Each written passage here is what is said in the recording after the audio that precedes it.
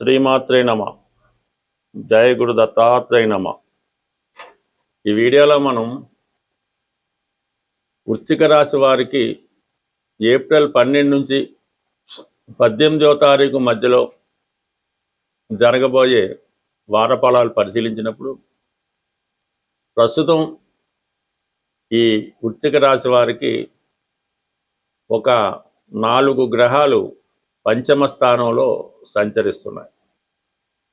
మరి ఈ పంచమ స్థానం అన్నది దశమ స్థానానికి అష్టమం అవుతుంటుంది.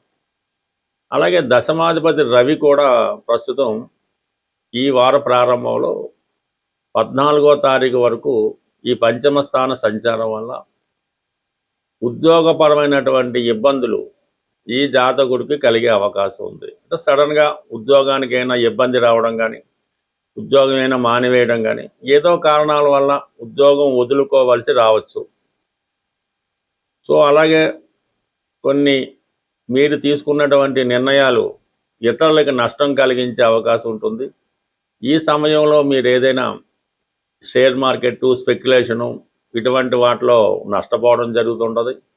అలాగే ఒక ఆత్మీయ మిత్రుడిని దూరం చేసుకోవడం జరుగుతుంది. అంటే అది వేరే విధంగా కాదు, వారికి ఏదైనా అవకాశం రావడం వల్ల, లేదంటే మీరు ఏదైనా ఒక ఎఫ్ఐఆర్లోనో ప్రేమలోనో ఉంటే అవతల వాళ్ళకి ఏదైనా వివాహం కుదరడమో, జీవితంలో విదేశ అవకాశం రావడం వల్ల మొత్తం మీద ఒక ఆత్మీయుడిని దూరం చేసుకోవడం జరుగుతూ ఉంటుంది.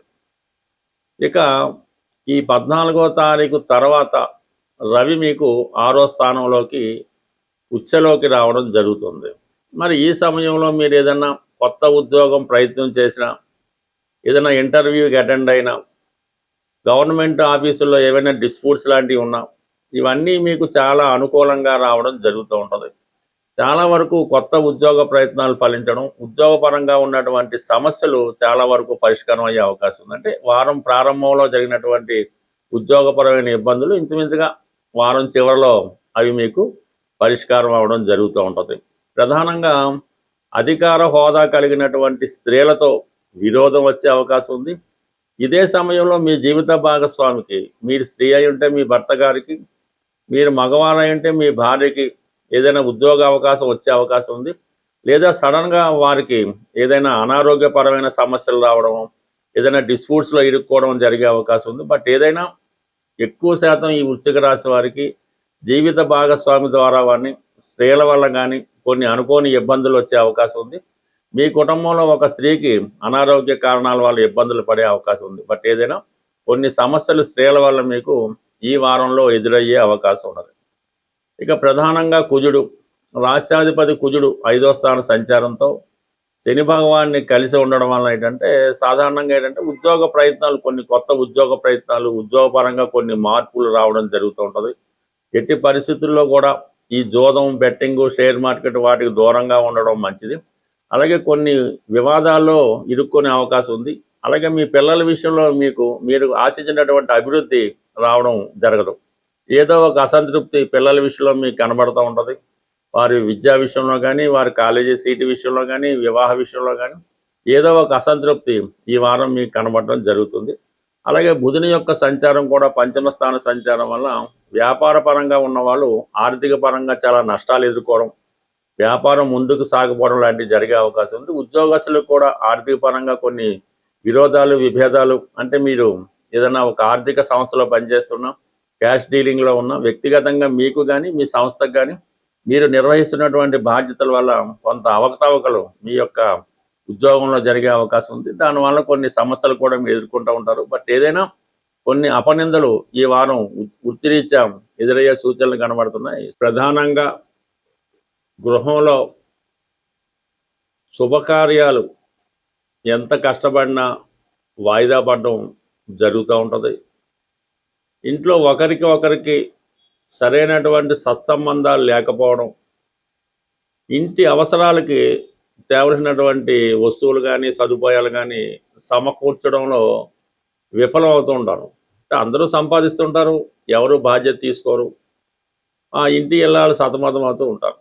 ఇలాగా ఈ గృహ పరిస్థితి అల్లుకల్లోలంగా ఉన్నప్పుడు ఒక చక్కని పరిష్కార మార్గం ఇది చాలా సక్సెస్ఫుల్గా రావడం జరిగింది. ఇది చాలా నమ్మకంతో చేయవలసి ఉంటుంది. ఒక మంచి శుభ్రమైనటువంటివి న్యూ స్టాకులో ఉన్నటువంటి పసుపు కొమ్ములు ఒక 111 తీసుకోవాలి. పసుపు కొమ్ములు చిన్న సైజు లాంటి మీడియం సైజు తీసుకోవాలి. వాటితో శుక్రవారం రోజు లక్ష్మీ అమ్మవారికి అష్టోత్తరంతో పూజ చేయవలసి ఉంటుంది. ఈ పసుపు కొమ్ములు 108 నామాలతో అమ్మవారికి పూజ చేసి అమ్మవారి ముందు ఉంచాలి. తర్వాత అవి ఒక చక్కని గట్టి దారంలో ఆ దారాన్ని కూడా పసుపు రాసి పవిత్రమైనటువంటి మనసుతో ఈ పసుపు కొమ్ములు అనేవి ఒక మాలగా కట్టవలసి ఉంటుంది. ప్రతి పసుపు కొమ్ము కట్టేటప్పుడు ఈ అమ్మవారి నామాన్ని జపిస్తూ ఈ 108 పసుపు కొమ్ముల్ని ఒక మాలగా తయారు చేసి మీ గృహం ప్రధాన గుమ్మానికి కట్టవలసి ఉంటుంది. అంటే మామూలుగా మామిడి తోరణం కట్టినట్టుగా ఈ 108 పసుపు కొమ్ములతో చేసినటువంటి మాలని చక్కగా అలంకరించడం వల్ల మరి మీ గృహంలోకి చాలా వరకు మంచి ఎనర్జీ రావడం జరుగుతుంది. చాలా వరకు ఆర్థిక సమస్యలు ఇమ్మీడియట్గా ఒక శుభకార్యం అన్నది మీ గృహంలో జరుగుతుంది. దానివల్ల మీ ఇంట్లో ఆటోమేటిక్గా జరుగుతూ ఉంటుంది. ఈవెన్ చాలా కాలంగా ఈ పెళ్ళిళ్ళు శుభకార్యాలు జరగని కుటుంబాల్లో కనీసం సంవత్సరంకి ఒకసారైనా ఈ సత్యనారాయణ స్వామి వ్రతము, వరలక్ష్మి వ్రతం లాంటివి చేసి 10 మందికి పిలిచి ఏదో భోజనాలు పెట్టడం వల్ల ఆ ఇల్లు కలకలాడుతూ ఉంటుంది. బట్ ఈ విధంగా ఈ చిన్నపాటి పరిహారం పాటించండి. ఖచ్చితంగా మీకు ఇంట్లో చక్కని మార్పు రావడం జరుగుతూ ఉంటుంది. ఇక ప్రధానంగా సమస్య వివాహం. ఇప్పుడు అమ్మాయిలకి పెద్దగా వివాహ సమస్య అయితే లేదు. మరి ఈ మ్యారేజ్ సంబంధించినటువంటి మ్యారేజ్ బ్రోకర్స్ అవనివ్వండి, వీళ్ళంతా కూడా అమ్మాయిలకి ఫ్రీ రిజిస్ట్రేషన్ చేసుకుంటున్నారు. అబ్బాయిలు అయితే డబ్బులు కట్టవలసి వస్తుంది. మీ యొక్క అబ్బాయికి కానీ మీరు అబ్బాయిలు అయితే తొందరగా వివాహం జరగడానికి ఒక నమ్మకంతో చేసే పరిహారం. అంటే ఏదన్నా ఒక వారమో ఒకసారో చేస్తే సరిపోదు. ఎవరికి వారే స్వయంగా చేయించవలసినటువంటి పరిహారం ఇది. ప్రధానంగా అబ్బాయిలు మంగళవారం రోజు ఆంజనేయ స్వామి వారి ఆలయంలో సాయంకాలం పూట జిలేబీ పంచిపెట్టవలసి ఉంటుంది అక్కడ ఉన్నటువంటి భక్తులకి. ఈ విధంగా కొన్ని వారాలు పంచిపెట్టడం వల్ల వివాహానికి అనుకూలత ఏర్పడుతూ ఉంటుంది. అలాగే వీరు ఈ స్ఫటికమాల ధరించవలసి ఉంటుంది. మెడలో స్ఫటికమాల ధరించడం వల్ల అబ్బాయిలకి తొందరగా వివాహం కుదురుతుంది. మీకు ఏదైనా చిన్న చిన్న బలహీనతలు ఉంటే వాటి నుంచి బయటపడడం జరుగుతూ ఉంటుంది. ఇక ప్రధానంగా గురువారం రోజు చక్కగా ఏదైనా గోశాలు దర్శించి గోవుకి ప్రదక్షిణలు చేసి శనగలు గోవుకి పెట్టడం వల్ల, అంటే ఏదైనా రెగ్యులర్గా కొన్ని వారాలు చేస్తుంటే ఖచ్చితంగా మీరు అనుకున్న కోరిక నెరవేరే అవకాశం ఉంటుంది. ఇవన్నీ కూడా చాలా కాలంగా పాత పరిహారాలు మళ్ళీ మర్చిపోయి ఇప్పుడిప్పుడే మళ్ళీ కొత్తగా అమల్లోకి రావడం జరుగుతూ ఉంటుంది.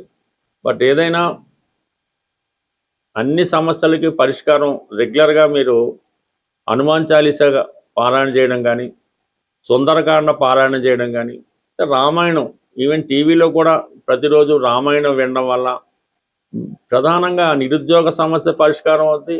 పిల్లల యొక్క అభివృద్ధి, వారి యొక్క సక్సెస్ మీరు చాలా వరకు చూడడం జరుగుతుంటుంది. ఏదైనా దైవాన్ని మించినటువంటిది అంటే ఇటువంటి రాముడు, సూర్యుడు ఇవన్నీ మనకి తొందరగా అనుగ్రహాన్ని ఇచ్చే దేవతలు. స్వస్తి.